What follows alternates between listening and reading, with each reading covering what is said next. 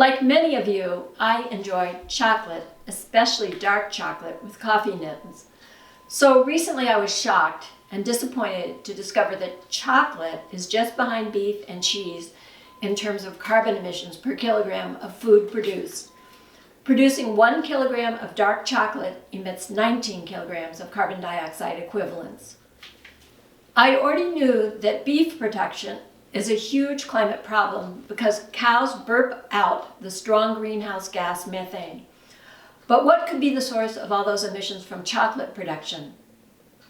Turns out an answer lies in Ivory Coast, where nearly 40% of the world's cocoa is produced. To grow cocoa trees, farmers cut down rainforest. As trees are cut down and no longer store carbon in their trunks and branches, massive amounts of CO2 are released into the atmosphere. The problem is compounded because the fallen trees can no longer sequester future carbon emissions. In short, chocolate is a climate problem because its production entails cutting down trees.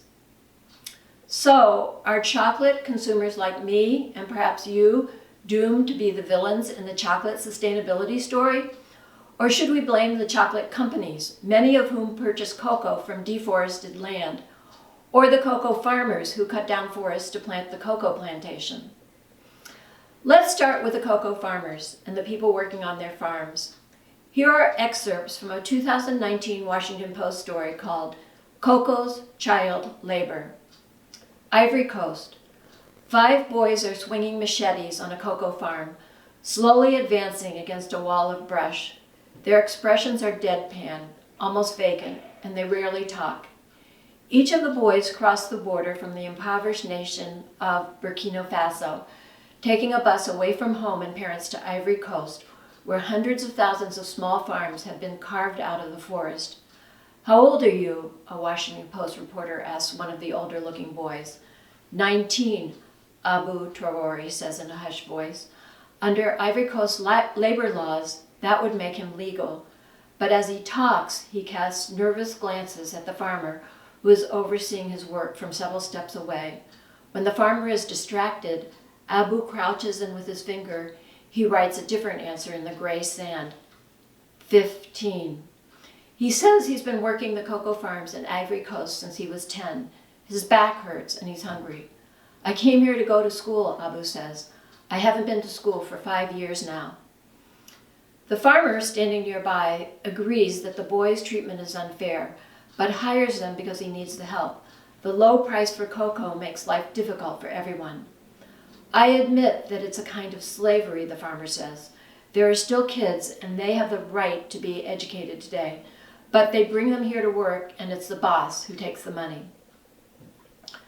To summarize, child labor is rampant on cocoa farms, yet the farmers struggle to make a living and feel boxed in by the low price they are paid for cocoa.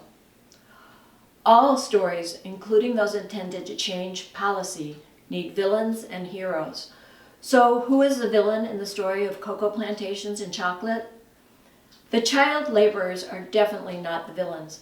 They are, in fact, the victims in the story. The chocolate companies, on the other hand, are one type of villain, villains who exploit child labor. But some chocolate companies are trying to adopt fair labor practices and avoid any further deforestation. The best of these chocolate companies may in fact be the heroes of the story. You too might become a hero in this story by supporting such companies. You can use the chocolate scorecard and buy from highly ranked chocolate companies that employ fair labor and more climate-friendly farming like agroforestry. You might also advocate for policies supporting sustainable cocoa production, for example, by supporting the EU Sustainable Cocoa Initiative. I've mentioned the villains, like unsustainable chocolate companies, the victims, child laborers, and the heroes who are pushing for more sustainable chocolate practices and policies. Villains, victims, and heroes are the characters that advocates consider in a story or a policy narrative. The narrative policy framework claims that narratives can both teach policymakers about an issue and draw their attention to an issue. So the Washington Post article is a narrative that can educate policymakers about unfair cocoa farming practices, as well as bring attention to the issue. In addition to characters, policy narratives have a setting, plot, and moral. Settings include the policy context, such as weak enforcement of child labor laws and companies' willingness to reduce their climate impact. It also includes the physical setting, in our case, cocoa farms. Narratives also include a plot, which explains the relationships between characters and the setting.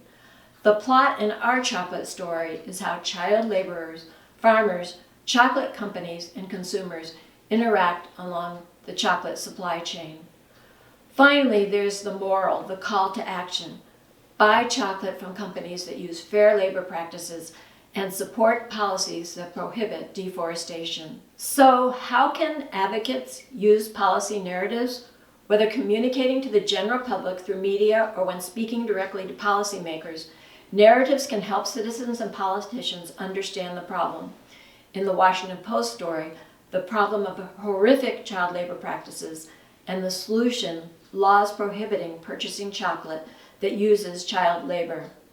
Narratives are an important strategy, a tool in the toolbox for advocates. To use narratives to influence awareness, understanding, or action, advocates need to develop messages that will resonate with their intended audience. Can you create a narrative about chocolate and greenhouse gas emissions that will both educate policymakers and focus their attention to the deforestation problem?